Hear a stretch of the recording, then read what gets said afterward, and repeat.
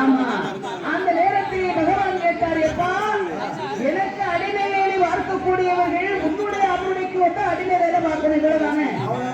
அந்த தந்தை என்னடா ரொம்ப சந்தோஷம் கேட்கப்படும் தந்தை என்னடா தந்தை என்னடா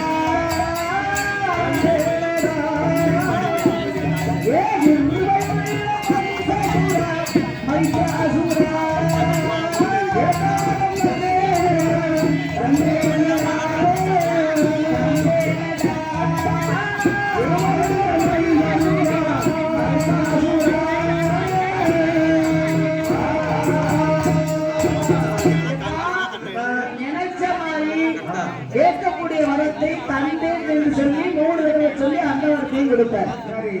கொடுத்த உடனே மகிஷாசூரன் அப்படியே நிக்க மாட்டேன், நாலு கீழே நிக்க மாட்டேன்.